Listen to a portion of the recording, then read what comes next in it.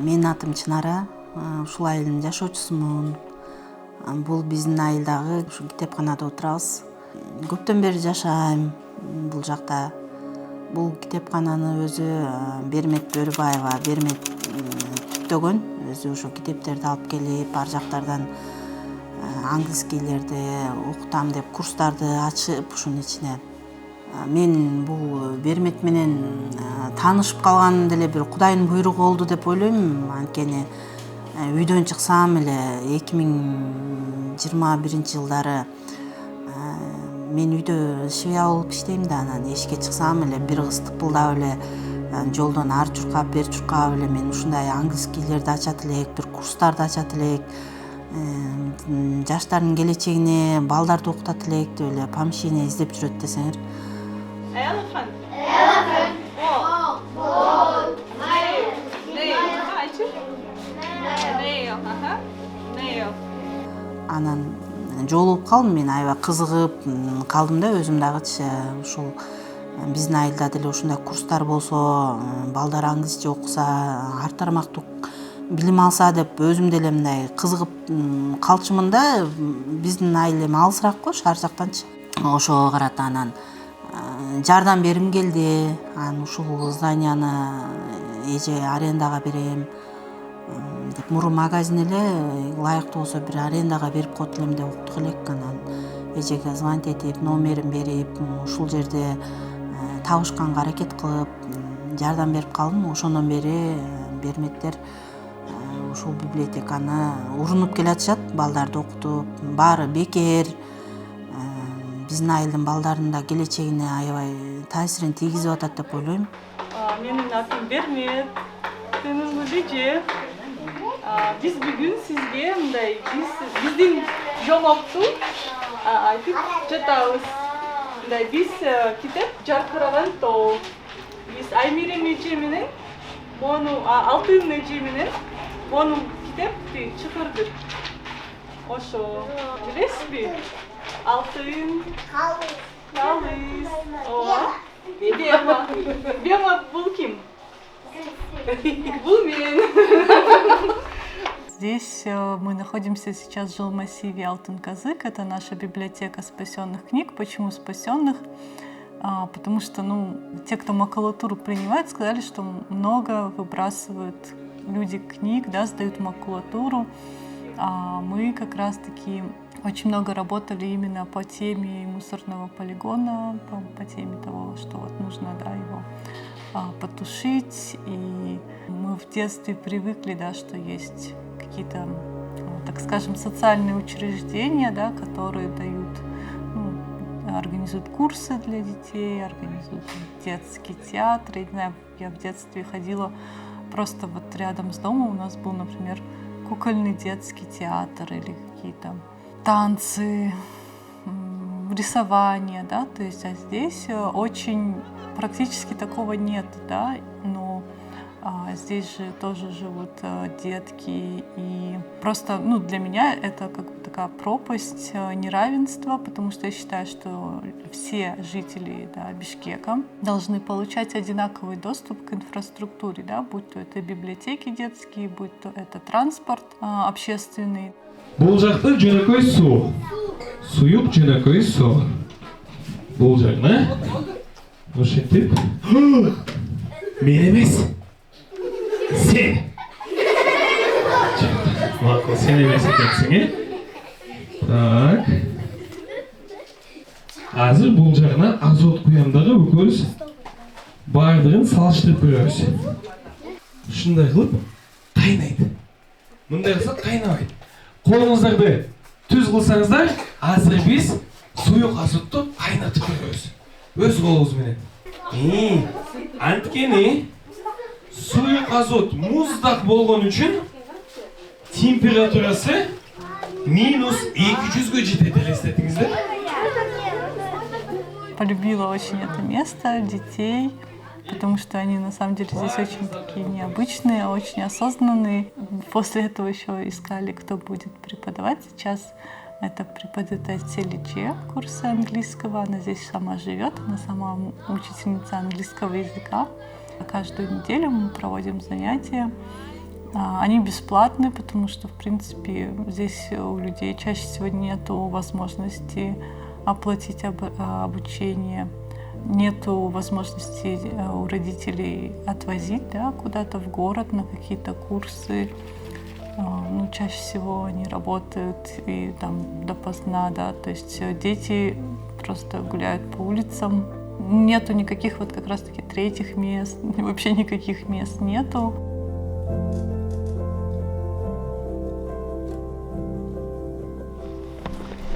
Вот, люди здесь, ну, тут как бы анархия, да, люди сами здесь вот эту дорогу прокладывали, то есть вызывали под грейдер. То есть это очень такая сильная самоорганизация, с одной стороны, да, потому что, ну, как бы условий вот нету, сами себя организуют, сами себе, если не организуешь, у тебя просто не будет, да, вот, поэтому очень сильно воняло вот этим дымом, да, он распространялся, ты просто домой приезжаешь, не знаю, в микрорайоны, где такая... Вообще я начала видеть деревья, потому что здесь их как бы нету, то есть ты идешь, и ты чувствуешь разницу, да, как бы как здесь, и вот в микрорайоны приезжаешь, все вот так просто в мусорку закидываешь все полностью вещи, идешь в душ, да, а здесь таких нету условий, как бы, да, иногда ну, просто какая-то колонка, да, на улице, или иногда просто нет воды.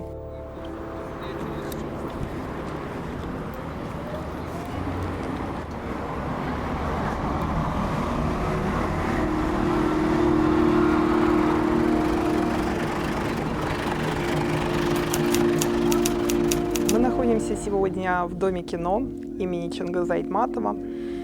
Это место, которое мы пытаемся популяризировать, и оно действительно становится классным городским местом для формирования мнения, формирования какой-то новой, может быть, забытой, но восстановленной культурной повестки. Мы смотрим разные фильмы. В кино это, наверное, та самая форма искусства, которая изначально является сопутствующим элементом нашей жизни.